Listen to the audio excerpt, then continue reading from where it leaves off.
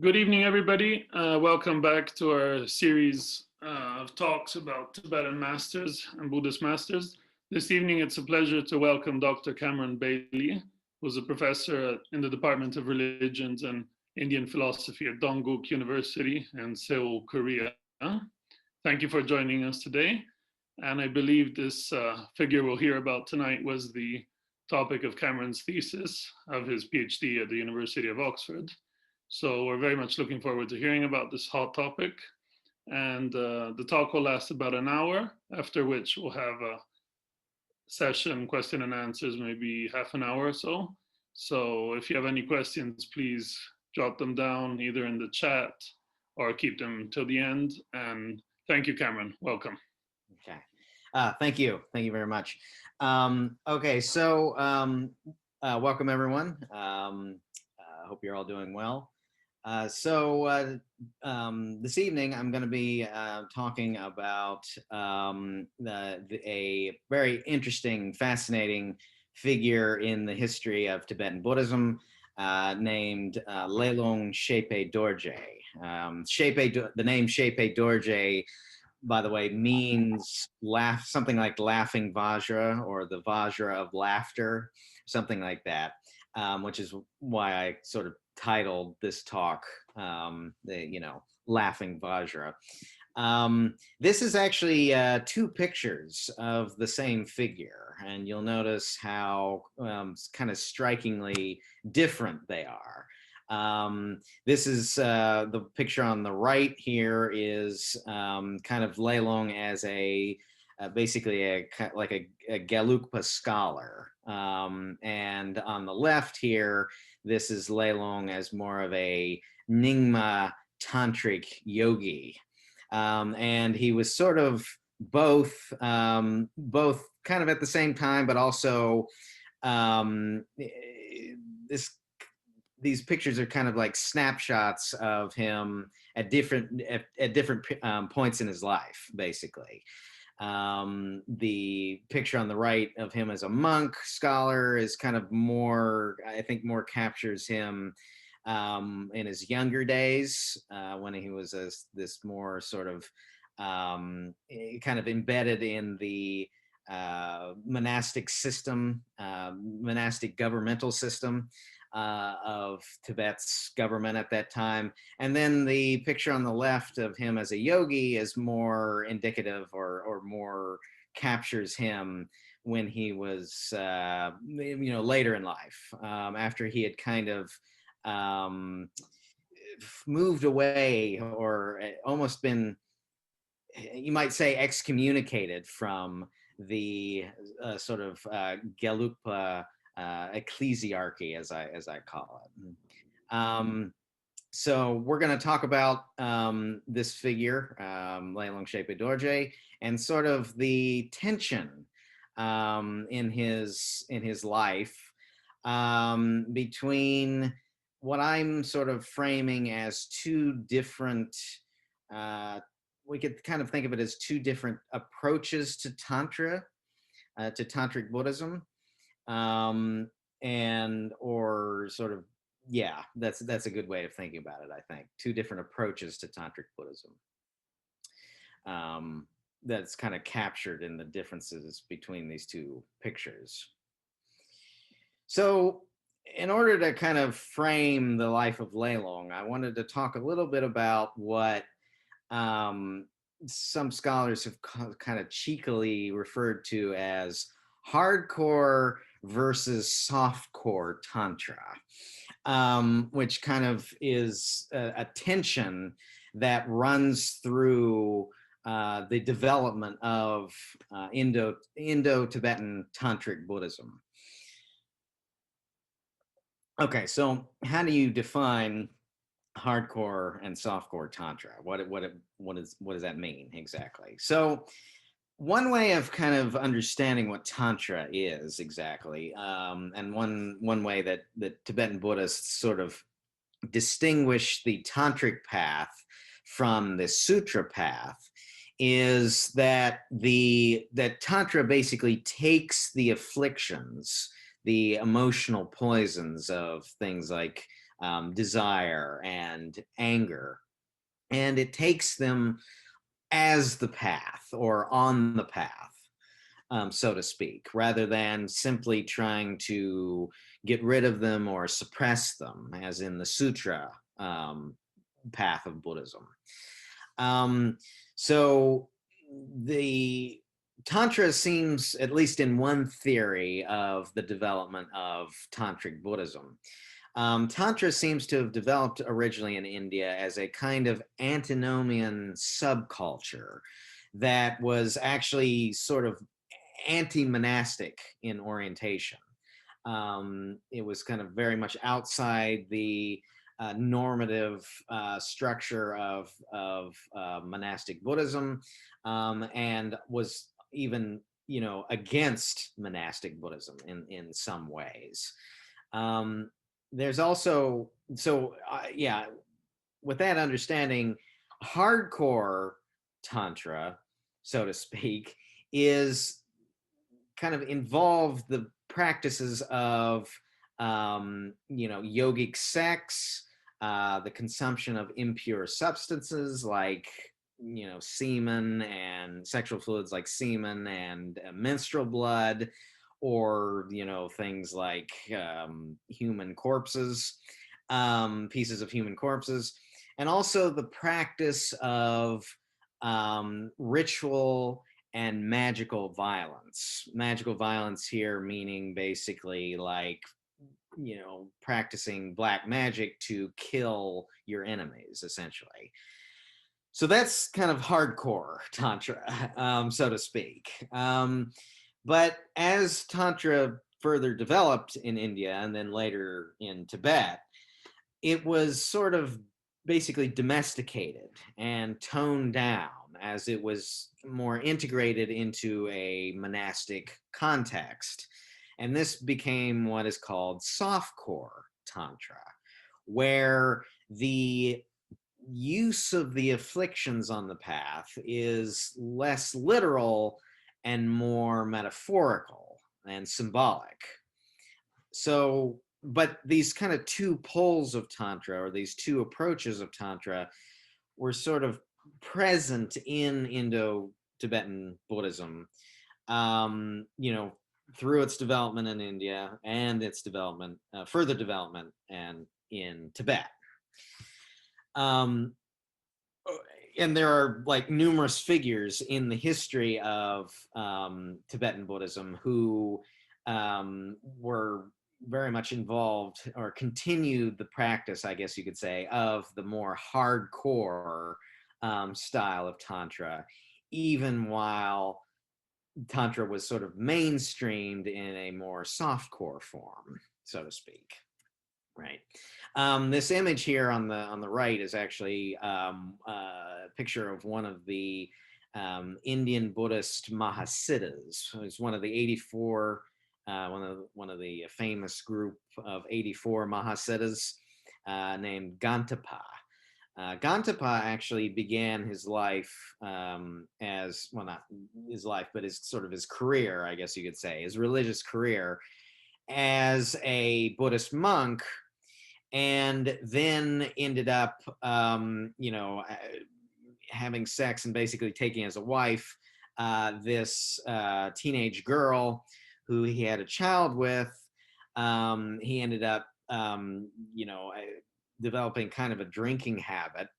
And one of his former monastic compatriots saw him with this wife carrying a child and in one arm and a jug of beer in the other hand, and was sort of just kind of appalled at the state that he had fallen into.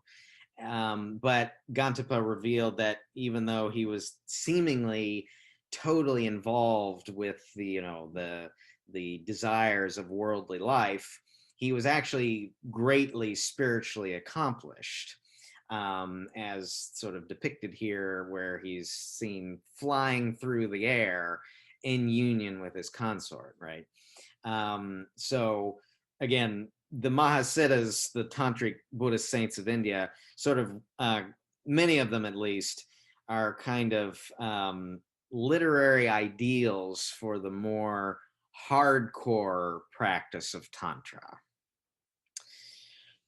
Okay, now, with that kind of in the background now, we can talk a little bit about the more Tibetan context as we sort of narrow in on the figure of Zhepe Dorje. So the what's interesting about the sort of the poles of hardcore Tantra versus softcore Tantra as they developed in Tibetan Buddhism is that they basically, these two poles sort of formed a kind of or developed a kind of a sectarian orientation, you could say, where it was basically Gelugpa, which is a kind of a reformed movement in Tibetan Buddhism, versus the old school of Tibetan Buddhism, the so-called Nyingma sect or the Nyingma school. So there is a kind of a sectarian, by the 18th century when Lelung, Zhepe Dorje lived, there's a kind of a pretty significant sectarian divide that had formed between the Gelug school on the one hand and the Nyingma school on the other. And you can kind of think about it in terms of softcore Tantra versus hardcore Tantra, where the Gelugpa are more of the softcore, like I said, reformist tradition of Tibetan Buddhism, where Tantra is, very much domesticated. Actually, most Gelugpa, practitioners or monks would only maybe practice Tantra in very kind of general form, in a very general, very, very much toned down way. Whereas on the other hand, the Nyingma school, by the 18th century, was being kind of consistently sort of criticized or castigated as the kind of a morally degenerate school or form of Buddhism that practiced these more hardcore tantric practices. For example, sexual yoga is much more common in the Nyingma school, and also especially the Nyingma were kind of consistently criticized as being basically black magicians. They practiced black magic, or they were kind of feared as being black magicians, which had kind of unfortunate political and social consequences, which we'll talk a little bit more about in a minute. Okay, so we've got this kind of Gelugpa Nyingma divide that had formed by the 18th century. So now that we've sort of laid this groundwork, let's talk more specifically about Lelung Zhepe Dorje, the Laughing Vajra, right? So Lelung is actually a title. It's a title of a particular reincarnation lineage, or it's called a Tulku in Tibetan Buddhism. There are like hundreds, if not more, I think probably several hundred different reincarnation Tulku lineages in Tibetan Buddhism. In the Gelugpa school, the Lelung Tulku was one of the most important of the sort of Tulku lineages.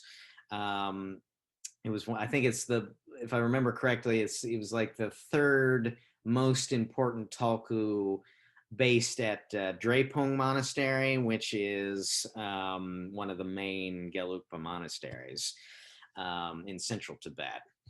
Now, Zhepe Dorje, who we'll be talking about today, it was the fifth incarnation of the Lelung lineage, right? The Lelung Tulku. Born in 1697, died in 1740 under sort of somewhat mysterious circumstances. We'll talk about his death more kind of at the end of the talk. But the original Lelung, who all the subsequent Lelungs are believed to be reincarnations of, was a figure by the name of Drupchen Namke Gyaltsen, who was actually the Nyingma teacher of Je Tsongkhapa, who Je Tsongkhapa, of course, being the kind of credited as the founder of the Gelugpa tradition. So already we've got a kind of an interesting synthesis set up here between the Nyingma and the Gelugpa, right? With the Lelung Tulku being sort of an interesting mix between Nyingma and Gelugpa. He's originally a Nyingma figure, but he's integrated into the Gelugpa as this very important Tulku, right? So Zhepe Dorje, which was not his original name, was not his given name. Zhepe Dorje is sort of his, basically his tantric practice name. Began life and was sort of born, basically born and raised in a sort of very kind of, I guess you could say, strict Gelugpa, what I'm calling monastic ecclesiarchy, which is to say, Tibet at that time was basically ruled by the Nyingma, or at least central Tibet was ruled by the Gelugpa, excuse me, not the Nyingma, the Gelugpa. It was basically a Gelugpa theocracy. And so many of the important religious figures within the Gelugpa school were also important governmental figures. So like the Dalai Lama, for example, had for about 100 years by this point, not quite 100 years, had been basically at least the figurehead of the Tibetan government. What's interesting about Lelung, though, is that he sort of, as he got older, he became more and more attracted to and gravitated more and more to the Nyingma practices and the Nyingma school in general, until by the end of his life, the last decade of his life or so, he was essentially a non-monastic Nyingma yogi.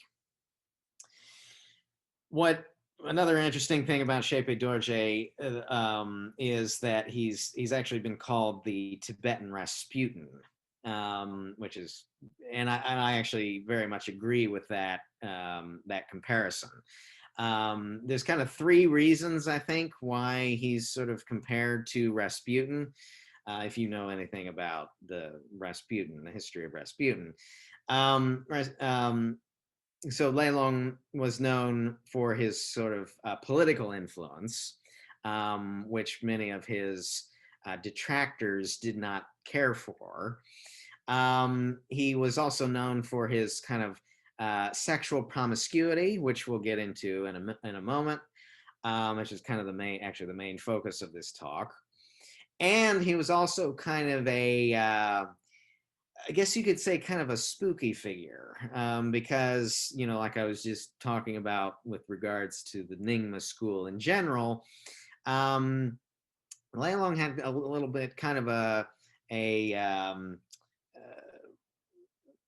reputation might be too strong of a word, but a kind of a whiff or a hint of black magic about him, specifically in regards to the practice and the invocation of so-called protector deities or dharmapalas, right, which are a very important class of deity traditionally in kind of Tibetan Buddhism generally, but Tantric Buddhism specifically.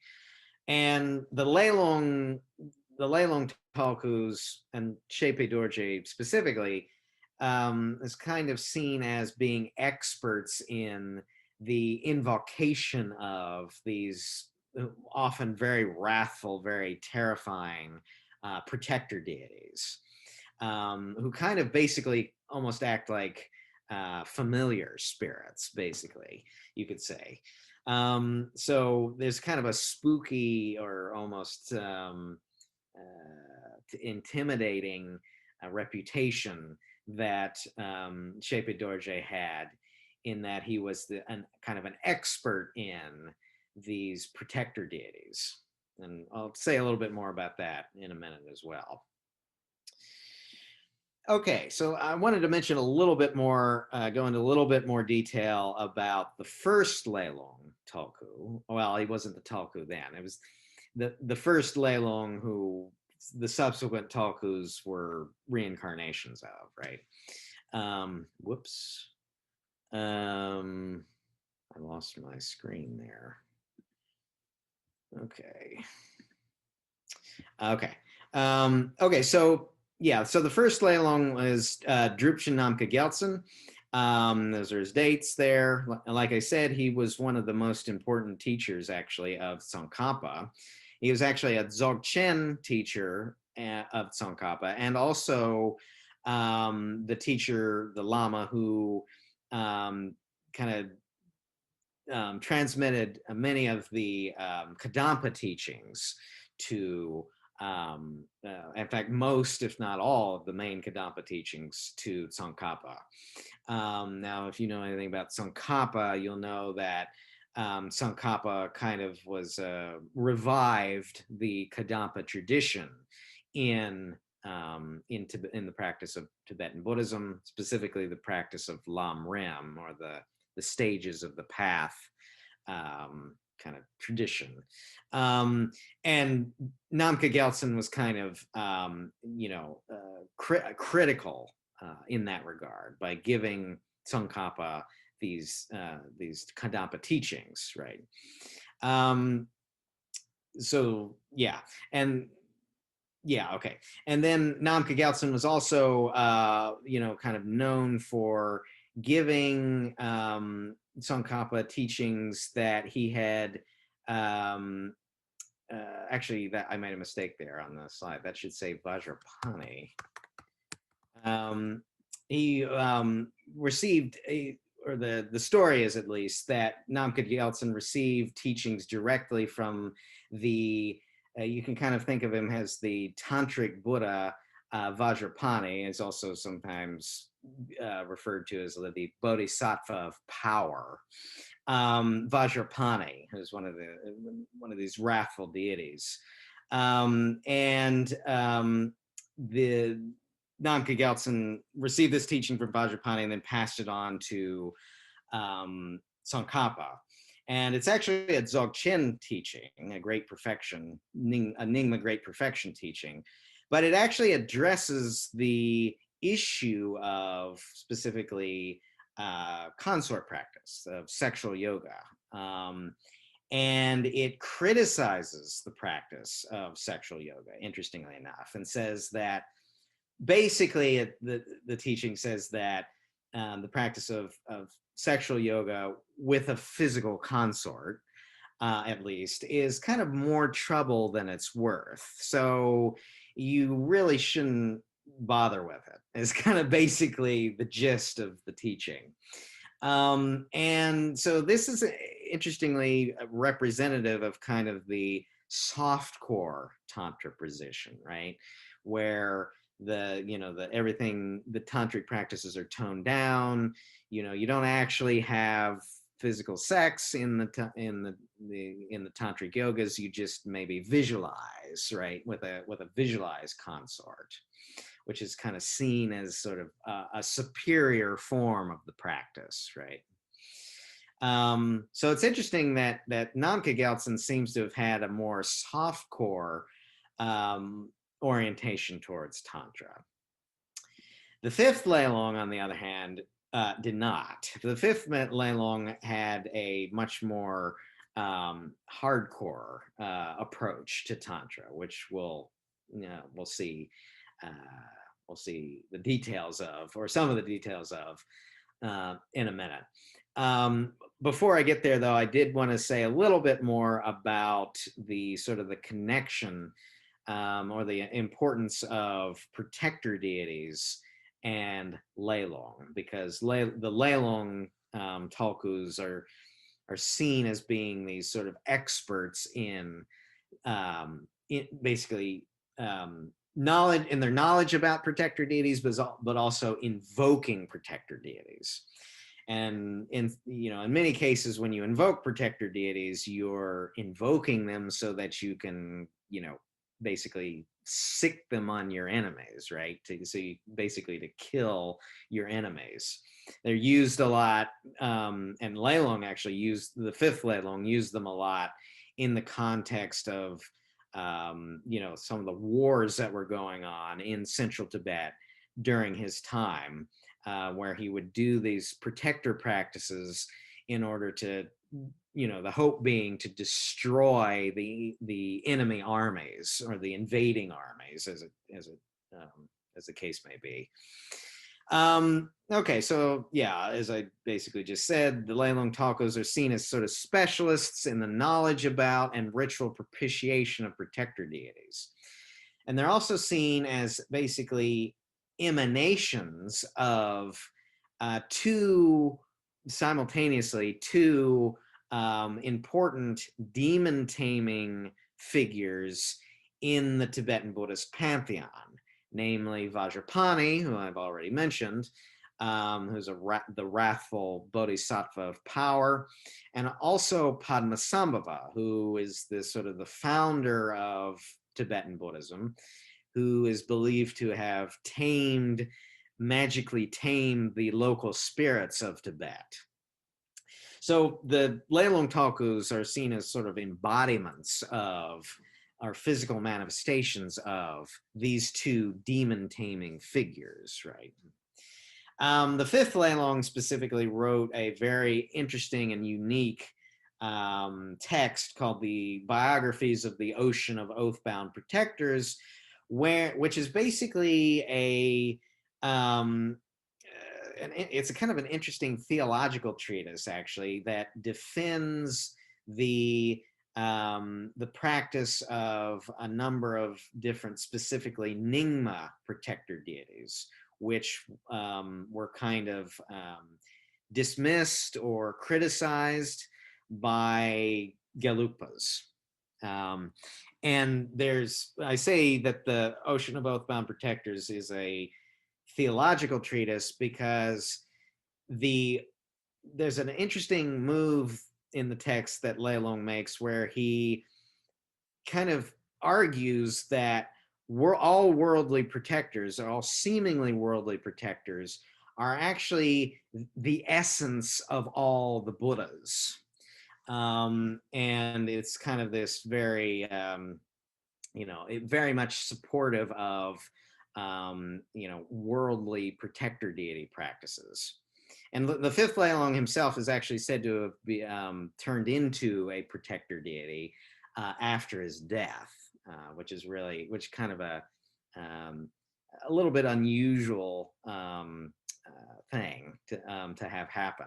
And I'll say more about that at the end of the talk. Here's just some images of Padmasambhava and Vajrapani. Actually, at the bottom of the Vajrapani painting here, you can see a couple of the protector deities that are kind of feature very strongly in Lelung's work, the fifth Lelung's work. Here, for example, in the bottom left is the sort of this astrological deity named Rahula, who I've done quite a bit of research on.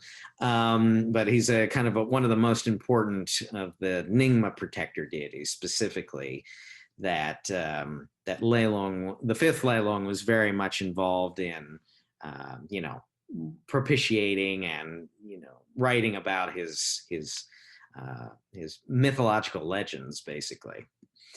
Okay, so that's sort of the kind of basics about the fifth Lelung and his involvement in protector deity practices, which will sort of come into play when we talk about some sort of specific sexual practices that are kind of oriented or focused on a particular female protector deity named Nyingma Shanu, who we'll talk about in detail in a little bit here. Here, I just wanted to give a kind of a timeline of Lelung's early life. That kind of gives a kind of interesting, hopefully it'll give an interesting sort of window into his life and sort of how he was, kind of caught between the Gelugpa tradition, the Gelugpa school on the one hand, and the Nyingma school on the other. So in 1702, when he was just like 4 or 5 years old, the fifth Lelung, Zhepe Dorje, took his refuge ceremony, which is sort of the ceremony that you take to become a Buddhist, with the 6th Dalai Lama.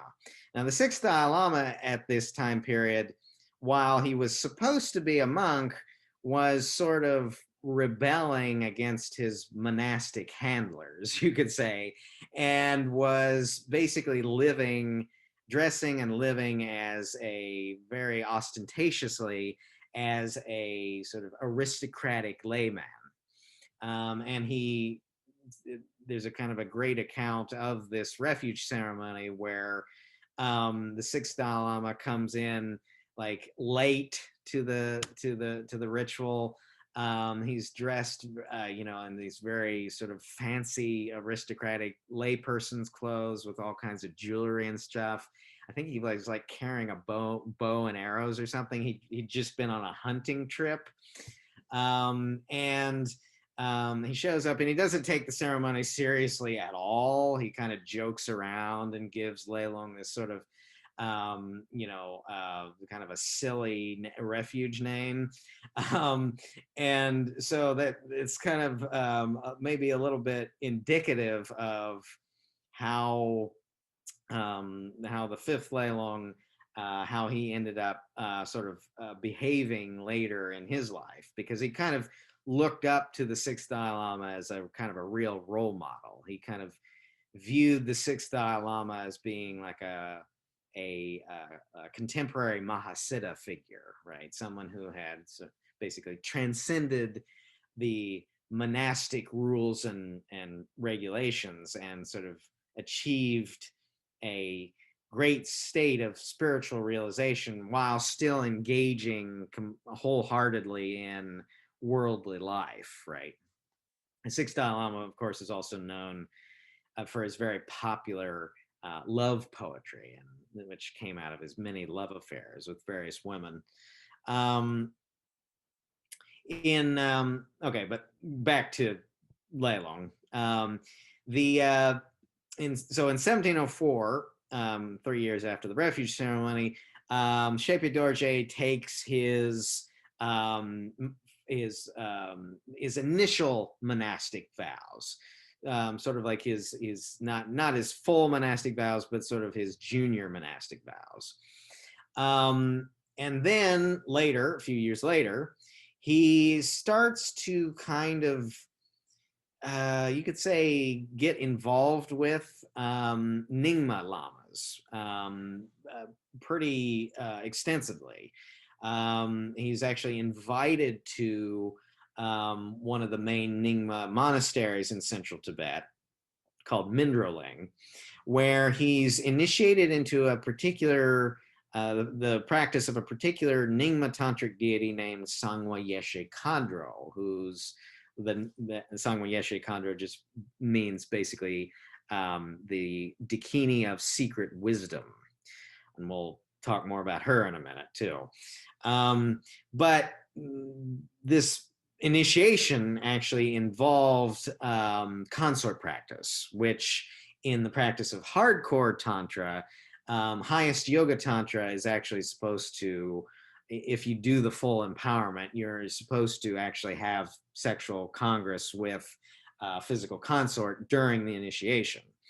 And Lelung would have been 16 at this point, and 16 is sort of seen as being sort of the ideal the ideal age in tantra, right? The tantric deities are often depicted as being as if they're 16 years old, and so forth. So so right when he was coming of age, he was, first started practicing these sexual yogas. But then in 1716, Lajong Khan, who was actually a Mongol ruler of central Tibet at that period, he'd sort of taken over the Tibetan government after the sixth Dalai Lama was sort of ousted.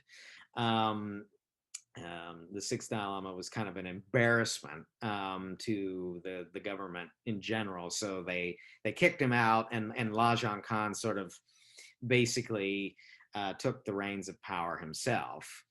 And Lajong Khan was sort of Lelung was sort of a good friends with Lajong Khan, but Lajong Khan sort of demanded that Lelung take his full monastic vows, which Lelung was reluctant to do, because if you take full monastic vows, you can't engage in these sort of these actual physical sexual yogas. You can still practice tantra, but you can only do the sort of the softcore visualized form of tantra, right, where you visualize the consort practice. But Lelung didn't want to do that, right? He wanted to keep having sex, right? So he didn't want to take these his full monastic vows, which include celibacy. So he ended up, for political reasons, he ended up basically having to go through the ceremony. But in his autobiography, Lelung says that he basically did not recognize the legitimacy of the ceremony, because he saw that, or he had either knew or had the opinion that the monks who were giving him his vows, they themselves were not following the vows properly, right? They were actually hypocrites. So he didn't recognize the vow ceremony as being legitimate.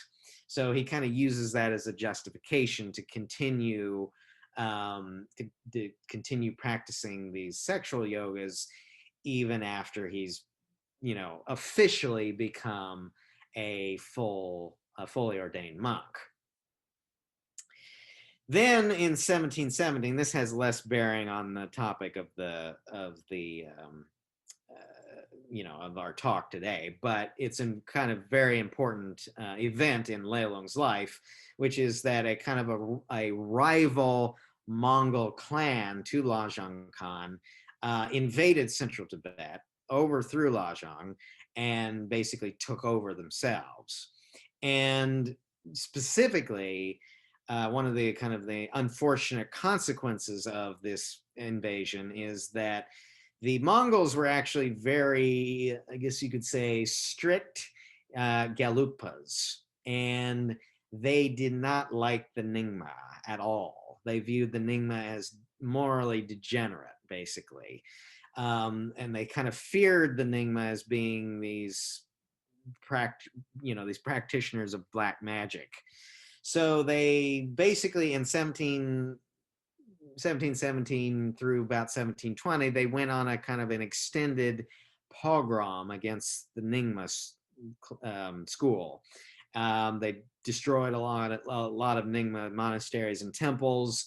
They killed a bunch of Nyingma teachers, and so forth. And later in life, Lelung, who was at this point very much sympathetic with the Nyingma school, if not a Nyingma Lama himself, which he definitely became by his 30s, certainly. He was very much involved in the restoration of a lot of different Nyingma sites that had been destroyed. Like he was involved in the restoration of Mindraling Monastery, for example, and other important Nyingma temples. Okay. So let's get a little bit more about the details of,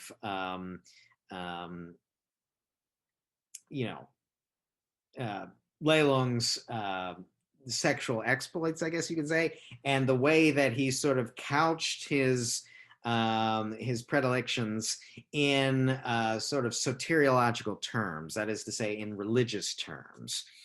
So certainly by the late 1720s and early 1730s, and probably before then, Lelung had a kind of pretty strong reputation for promiscuity, and basically is the wanton violation of his supposed monastic vows. The king of Tibet at the time of the beginning in the late 1720s was a guy by the name of Polonais, and Polonais and Lelung were pretty close friends, much to the chagrin of the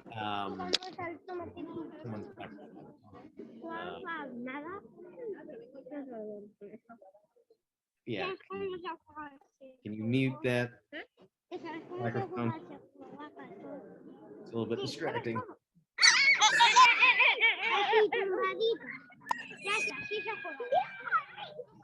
Anyway, I'll just keep going.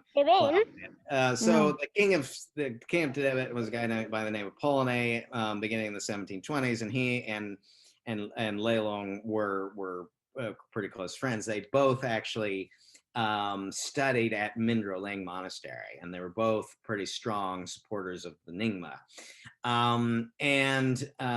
The other Gelugpa lamas around, or sort of involved in the governmental affairs, or sort of as advisors to Polonais, did not like that Polonais was friends with Lelung, and they really did not like Lelung. They thought he was a bad influence on the king.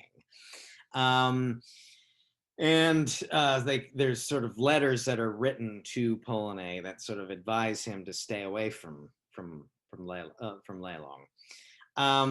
And one of the reasons for this was the numerous liaisons with various women that Lelung had, that are sort of that Lelung basically justified in terms of Dakini, what are called Dakini prophecies, where Lelung supposedly received these prophecies from Dakinis, which are these sort of tantric goddesses, that he should unite or have sexual relations or practice sexual yoga with such and such a woman, right?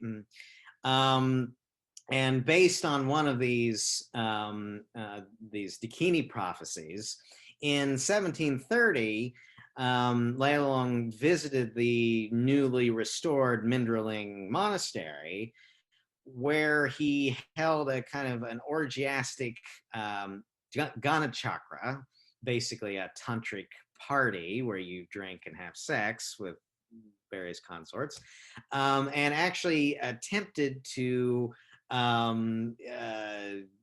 get, or I guess you could say solicited, Migyur Paldron, who was the daughter of the founder of Mindroleng Monastery. He solicited her to be one of his consorts, right, for this party. The Migyur Paldron, according to her biography, was like kind of repelled by Lelung, and stayed away from him his entire visit to Mindroleng, and actually at one point locked herself in a retreat house in order to stay away from him. Right, so that kind of gives you a sense of Lelung's reputation. And Migyur Paldron actually, I mean, to be fair, was actually a nun. She had taken nun vows and was trying to maintain them. So it makes sense why she would want to kind of, stay away from Lelung at this time. So Lelung actually wrote numerous works on Dakinis, and also basically female figures, both both human women and also, tantric goddesses, and also practices involving sexual yoga, much more hardcore style tantric sexual yoga, where sexual behavior is basically, like I said, couched in soteriological terms, right? It's using sex as a way to achieve enlightenment is essentially the main point of these practices. To talk a little bit, just briefly, about some of Lelung's many writings. Lelung actually had a tremendous literary output, but some of the works related to specifically sexual yoga. One is, and I didn't know this until relatively recently. He apparently wrote a commentary on the famous Indian Kama Sutra, which was never actually very popular in Tibet. I only know of one other lama who ever wrote a commentary on the Kama Sutra. He also, Lelung that is, also wrote a text called The Ocean of Dakinis, which I actually have not been able to get access to, but I've heard about somewhat. Basically, it details his encounters with various women, his various consorts, of which there were supposedly 108, although 108 in Buddhism is sort of an ideal number, so who knows how many there really were. But what's interesting about the Ocean of Dakinis is that there's a kind of a blurring between goddess figures and human women, right? In the kind of the tantric sort of pure vision viewpoint, there's not really a difference. Human women are seen as basically goddesses, as dakinis. There's also a very interesting extracting the essence text, which is the Tibetan term is Chulin. Extracting the essence text, which Jamyang knows quite a bit about, in which Lelung basically writes about or details a practice where sexual substances are consumed as food.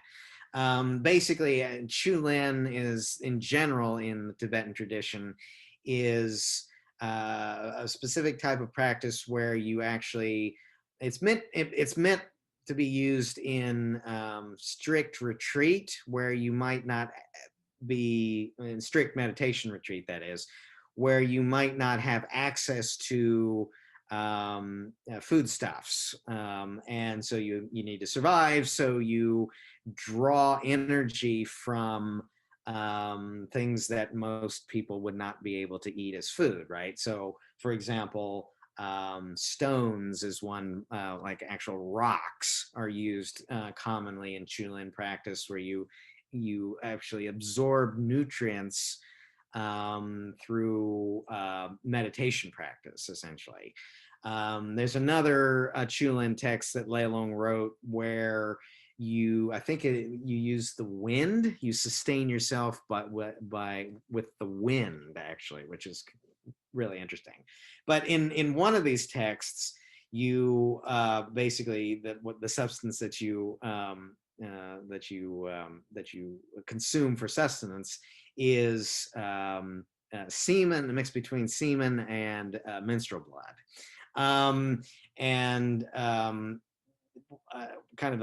There's an interesting quote from this text where Lelung basically says, I think it's in the Colophon, he says, anyone who wishes to reach liberation through sexual intercourse should engage in this practice. And that's basically Lelung's whole point in writing all these sexual yogic texts, is that they're methods for achieving enlightenment through the practice of sexual intercourse, right? Okay, I'm kind of running out of time a little bit, so I'll skip through the last few slides a little bit quickly, more quickly than I would like. But the main practice of Lelung, his main Yidam deities, that is his meditational deity, is this goddess here. I've mentioned before, Secret Wisdom Dakini. Now, Secret Wisdom Dakini is actually specifically a Nyingma deity. She comes out of a revealed Terma text, a treasure text, that was actually discovered, believed to have originally been written by Padmasambhava and then rediscovered centuries later by Terdok Lingpa, who was the founder of Mindroling Monastery.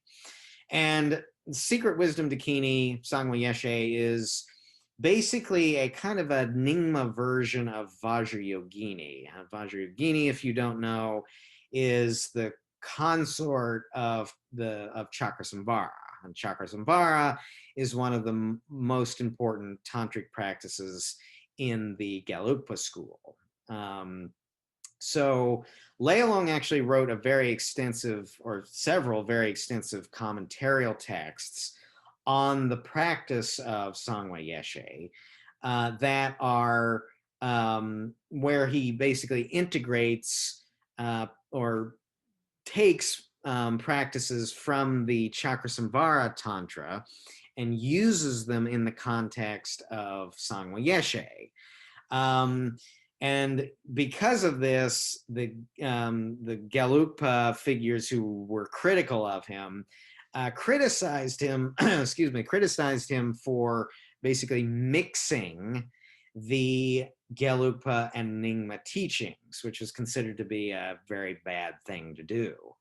Lelung didn't consider, had no problem with it. He, thought that it was, a totally legitimate thing to do, to mix tantric practices from different sources, but many people, especially in the Gelugpa school, did not like that.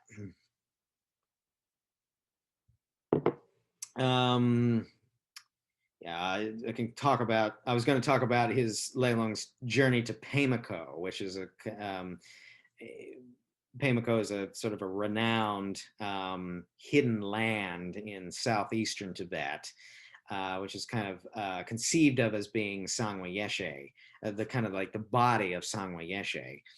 I don't really have time to get into the details, but one thing I did want to mention is that in Lelung's account of his trip to Pamako, he talks about engaging in animal sacrifice to the protector deities who are sort of seen as the gatekeepers of Pamako, which is another practice that the kind of the more strictly monastic Gelugpa figures would not have liked at all, and would have probably criticized him for. Okay, so now I wanted to specifically talk about Nyingma Shanu. Nyingma Shanu is a female protector deity who, at least according to Lelung, is a sort of basically like a form of or an emanation of Sangwa Yeshe. She's like the protector form of Sangwa Yeshe. And Lelung kind of identified her with one of his consorts, probably his main consort, who actually might have been his wife. I'm not entirely sure. His name was Dorje Kapche, and she was actually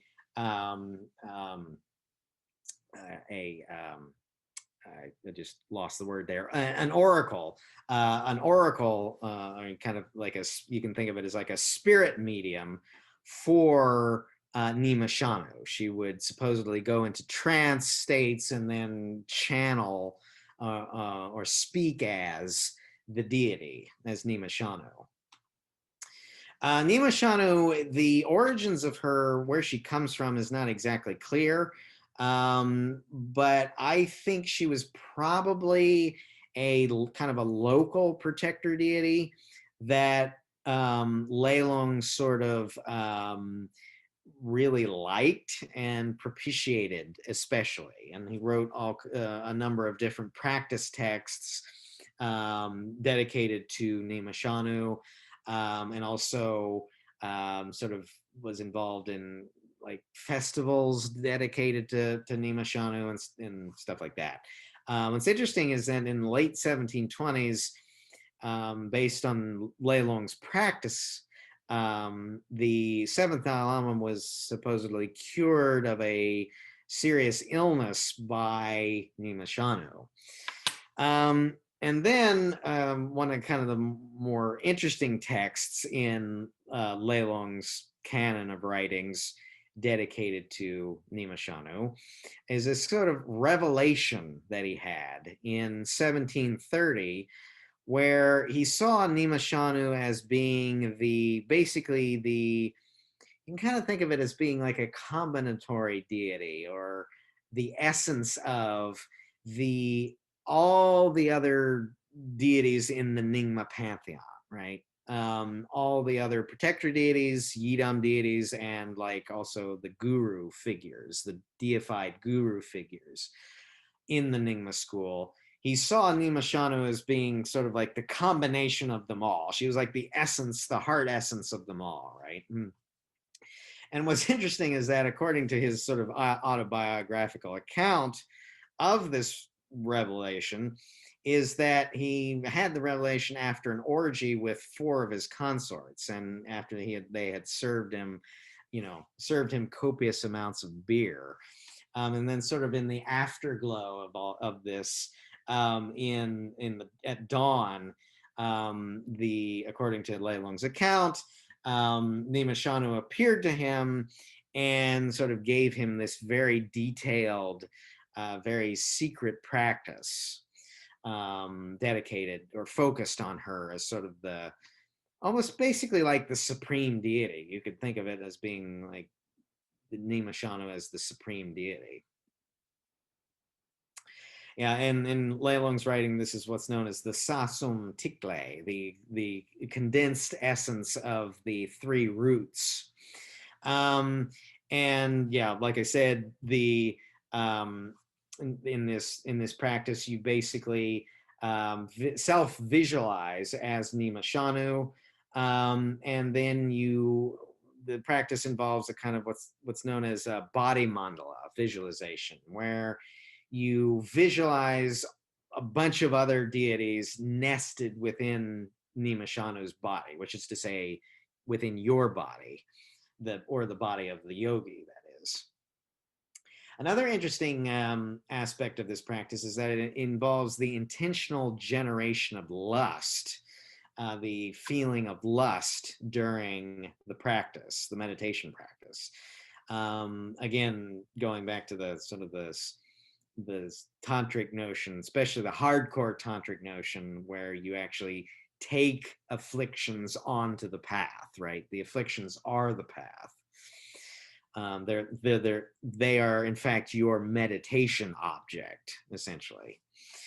So Nyingma Shanu is visualized as being, which is to say, the yogi himself is going to be visualizing himself or herself as Nyingma Shanu, flushed, red, and quote, panting with desire.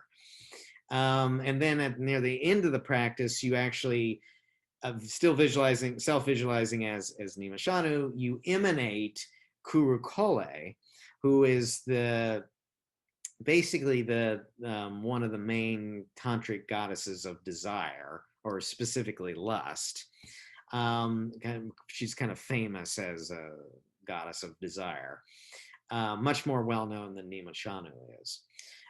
So you emanate Kuru Kala, and you visualize Kuru Kala sending out red light, which enters through the bhaga, which is a sort of the tantric way of saying vagina, of Nyingma Shanu, and then you're trying to, with the intention of generating a strong sense of arousal which the yogin or yogini, as the case may be, abides in meditation upon that sense of very strong lust or arousal.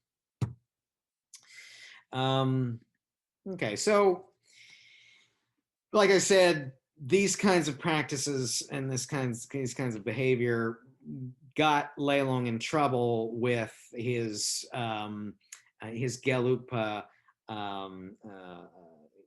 compatriots, and he was pretty soundly condemned. I get the sense basically excommunicated. He was, kind of spent very little time in Lhasa, and I kind of get the sense he was basically kicked out of Lhasa and spent most of the last years of his life in his home monastery, which is called Namdrolling, kind of east of Lhasa, or kind of making trips down south to sacred sites, sacred mountains, that kind of thing. And his death is sort of a little bit shrouded in mystery. I don't know exactly how he died, although according to one account I've heard he committed suicide. But according to a sort of a more normative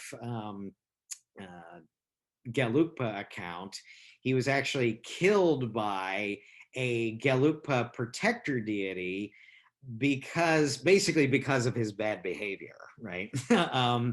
And specifically, he was targeted by this protector deity because this particular protector deity is especially known for protecting the Gelugpa teachings from contamination by the Nyingma teachings.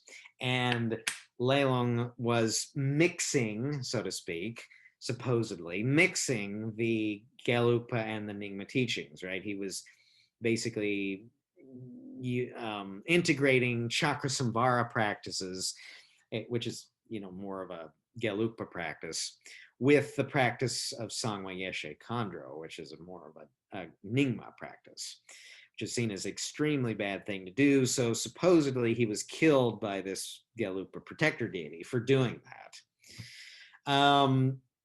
Another interesting thing, like I mentioned, earlier, is that after his death, Lelung was actually himself deified as a protector deity, a Nyingma protector deity named Drakshul Wangpo. And Drakshul Wangpo is now seen as the consort of Nyima Shanu, who is sort of the deified version of Dorje Kapche, right? Lelung's main consort. And both Drakshul Wangpo and Nyima Shanu were basically enshrined as sort of important deities at a particular temple named Tradruk. Tradruk Temple is a kind of an important Nyingma site, Nyingma temple that Lelung helped restore after its destruction at the hands of the Mongols. So I think it's appropriate and actually kind of sweet actually that both Lelung and his main consort Dorje Kapche are both enshrined there as kind of deified figures, Drakshul Wangpo and Nyima Shanu. So and that's it. That's all I have. So thank you very much. Are there any questions?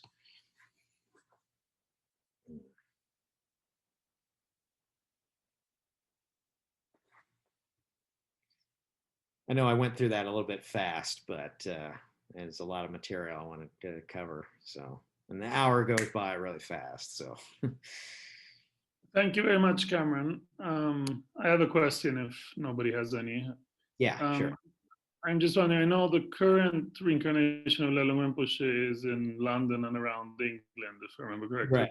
Yeah. Is he still teaching any of these practices? Maybe perhaps not these very secret ones, but any in the lineage of the fifth Lelung Rinpoche? Yeah, that's a good question. So he actually got the transmission of the Sangwa Yeshe Khandro practice from the last living lineage holder. So he got it just right before it died out, basically. And he is now actually teaching it to some disciples, but not his Western disciples. And as far as I know, his Western disciples, he teaches kind of more general, kind of Buddhist topics. But I know that he's got a kind of a strong presence in Mongolia.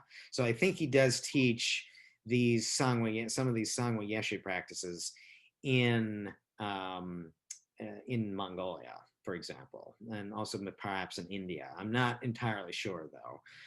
But he is definitely trying to preserve and to pass on the practice of Sangwa Yeshe. As for the more hardcore, practices like related to Nyingma Shanu, for example, I don't know. You would have to ask him, and he probably wouldn't tell you even if he was. So, yeah. Another thing, just following up on that, I thought you mentioned the problems he had with being accused from the Gelupas of being too open and the usual Tibetan sectarian problems we've seen so often. Right. And I was just remembering some of the best images of Padmasambhava I've seen painted were actually during the period of the fifth Dalai Lama, who was very open towards the Nyingmapas and other schools of Tibetan Buddhism.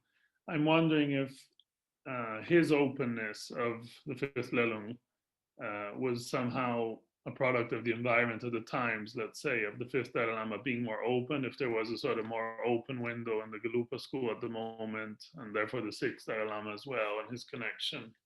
Yeah, I definitely think so. Of course, you got the direct connection with the sixth Dalai Lama, who I think made a really strong impression on Lelung, the fifth Lelung. But also, yes, the fifth Dalai Lama specifically, the fifth Dalai Lama, of course, was a great practitioner of, he came from a Nyingma family, and he was a great practitioner of, certain Nyingma practices like Dzogchen and also Vajra Kilaya, which is a specifically Nyingma deity. And there's a great story about how the fifth Dalai Lama would walk around with a Kila dagger stuffed into his belt, which is what all practitioners of Vajra Kilaya are supposed to do. And his Gelugpa tutors and advisors really hated this fact that he walked around with this dagger in his belt like that. But yeah, Lelung, actually, fifth Lelung cites the fifth Dalai Lama as being as an influence, kind of. He talks about how, not in so many words, but he talks about how the fifth Lelung, the fifth Dalai Lama was a great practitioner of both Sarma and Nyingma tantras. So how can you say that the Nyingma tantras are inferior or something like that, right? He kind of cites the fifth Dalai Lama to defend his Nyingma apologetics, basically. So. Yeah, there's definitely influence there. Also, interestingly, I think among the last texts that Lelung, the fifth Lelung, wrote in his collected works were basically commentaries on a Dzogchen practice that was transmitted from the fifth Dalai Lama. So, yeah, definitely a strong fifth Dalai Lama connection there.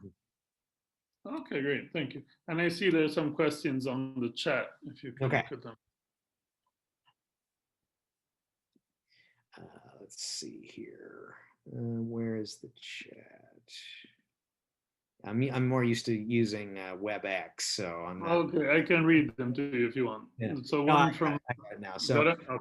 This master is one of the first okay, the first looks like the first question is, this master was one of the first masters of Rime or non-sectarian.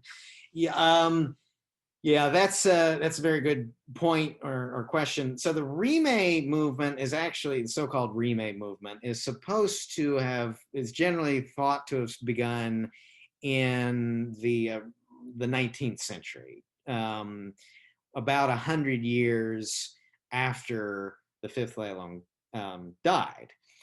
But the fifth Lelung actually uses the concept of Rime or non-sectarianism quite a lot in his writings, and he in fact says that he himself is Rime. He prides himself as being non-sectarian. So yeah, I definitely think that it's fair to say that Lelung is a Rime master. In fact, he's a sort of he was ahead of the curve, you could say. He was a Rime master before the Rime movement really developed. I think he was kind of an influence on the later Rime masters. So yeah. So you can definitely say he was one of the first Rime.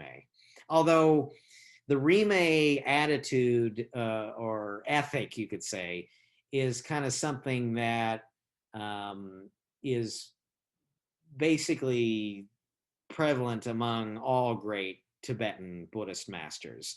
Like, I would definitely say that Tsongkhapa, for example, was also Rime, because he studied with masters from a bunch of the different schools, and he actually integrated different practices, which makes it kind of ironic that later Gelugpa lamas would, be so critical about the idea of mixing teachings, even though Tsongkhapa sort of, you could argue, mixed teachings, at least in a certain way. So I don't know, I just find that kind of ironic. Okay, so another question. Did Lelung's path require mastering the Sutrayana path prior to, yeah, sure. Okay, so did Lelung's path require mastering the Sutrayana path prior to entering Tantra? Yeah, I don't know about required, but he was definitely an expert in Sutrayana level teachings. When he was, I think he was just like a teenager still, he was writing, like a late teenager, like 18 or 19, something like that, maybe in his early 20s. He was writing commentaries on certain stuff like Nagarjuna's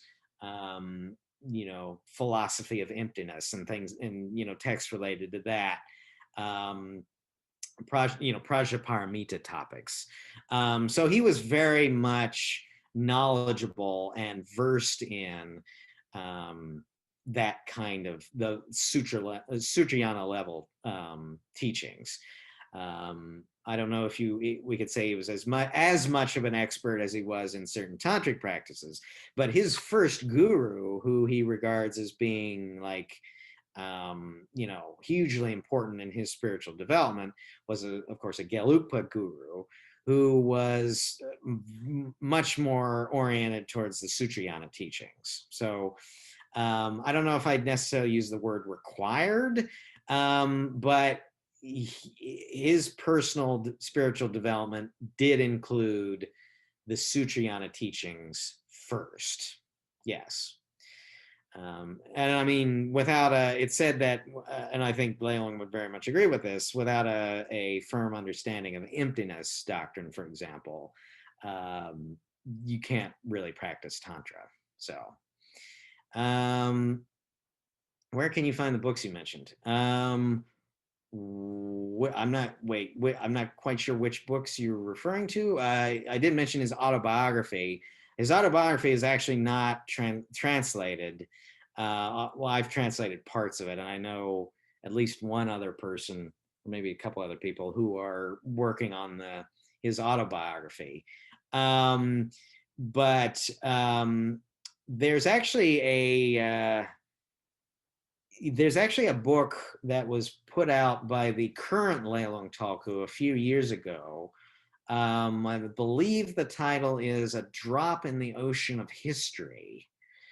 So if you look up, like if you look up A Drop in the Ocean of History, I think that's the title, on Amazon, you'll, yeah, that's basically a book that gives the biographical details of all the Lelung incarnations, not just the fifth, but all. There's been like 12 or 11 or 12 so far. I think 12, 11, yeah.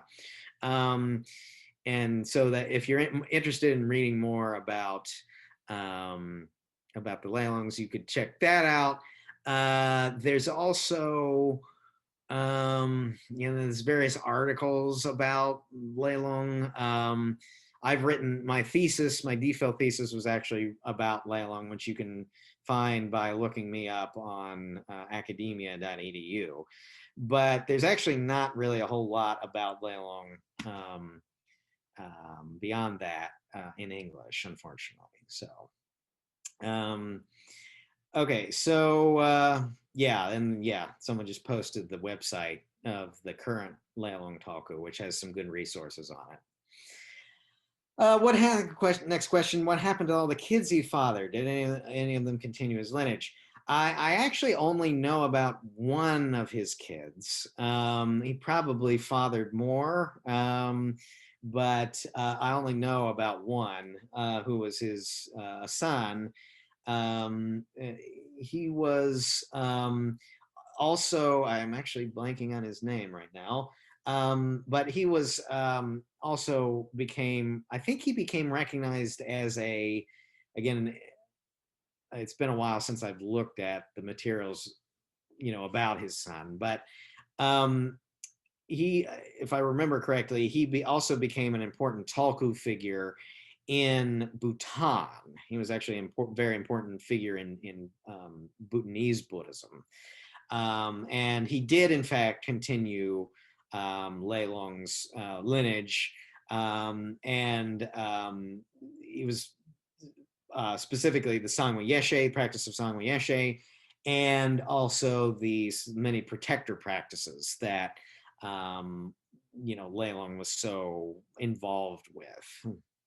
So yeah, but beyond that one guy, one son, I don't know anything more about his other children, or even if he had other children. Like I said, he probably did, but I don't know for sure. Okay, so would it be possible? The next question is: would it be possible to say one deity is the essence of all the Buddhas and Bodhisattvas? Happens when this deity is your yidam. Yes, very much so.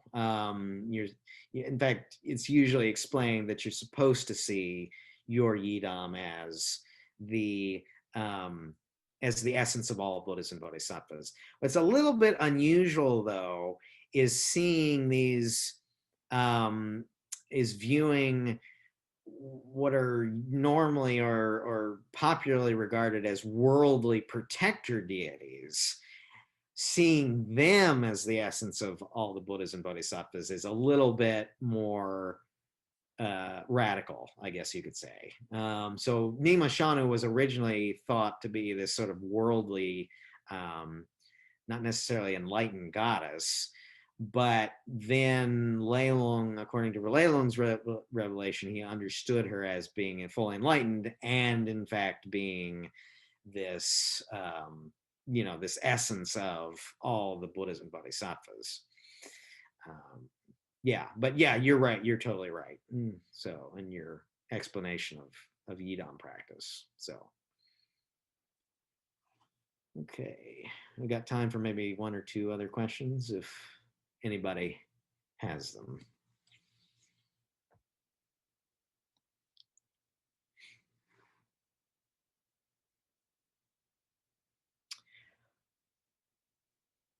Okay.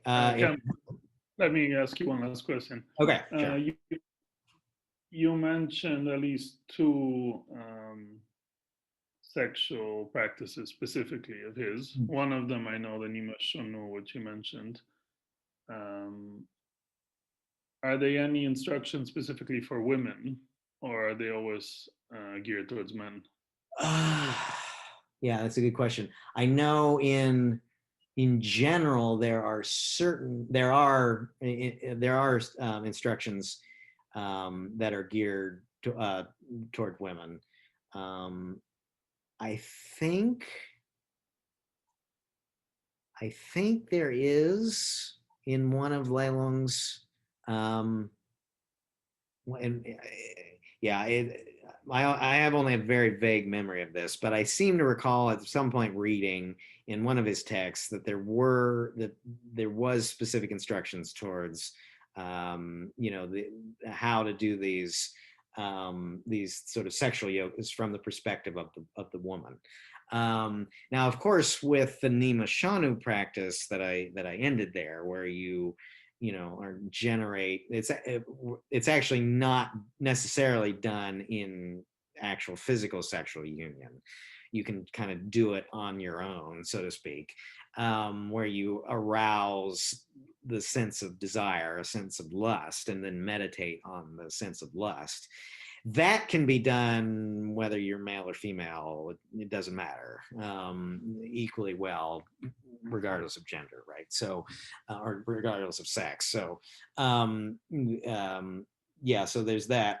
Another that actually reminded me, this is unrelated, but it reminded me of something that I was going to mention, but actually skipped over, which is that in the Ocean of Dakini's text, let's see, where is it?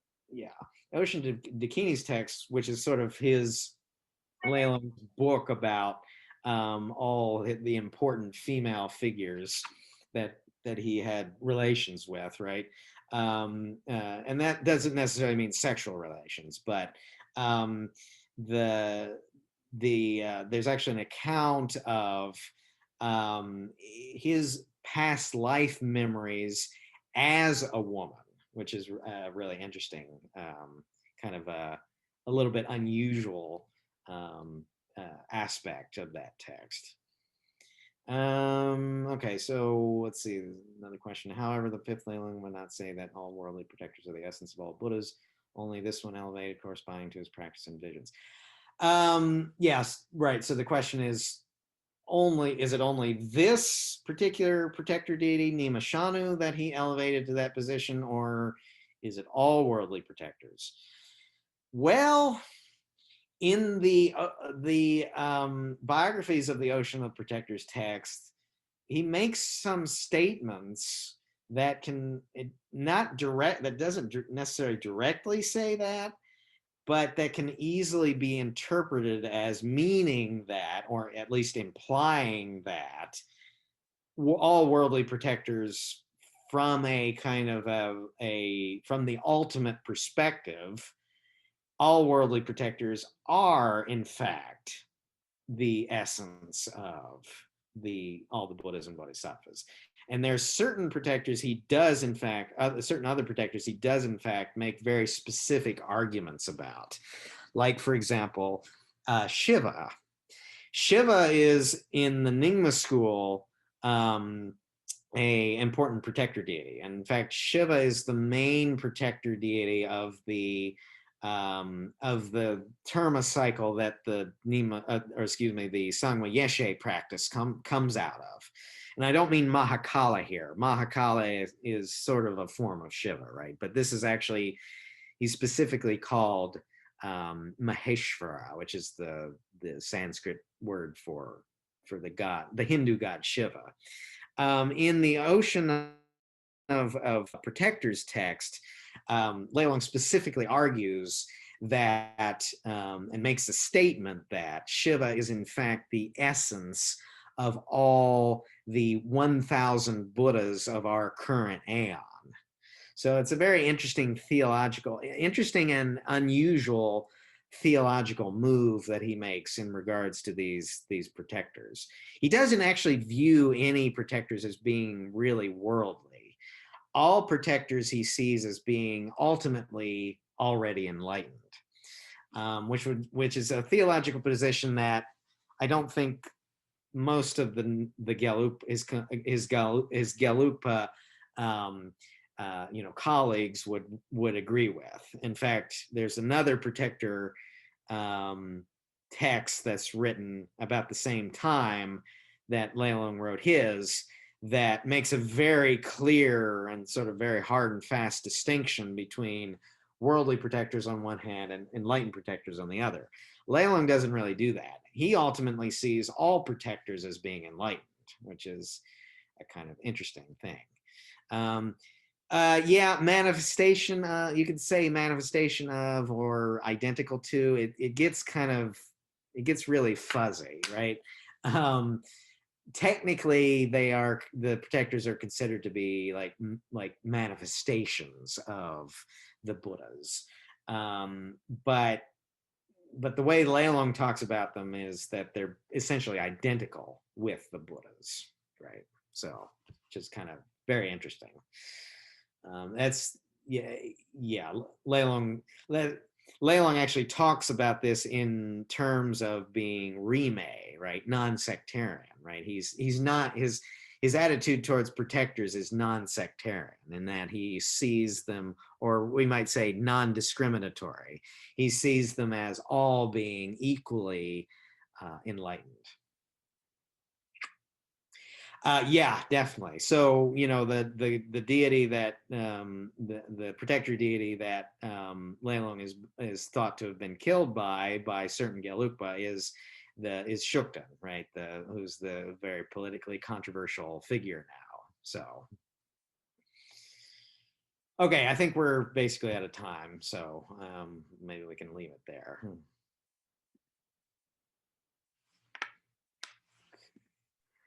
Thank you so much, Cameron, for joining us this evening. Yeah, and, thank you for having me. Well, very happy and hope to have you again.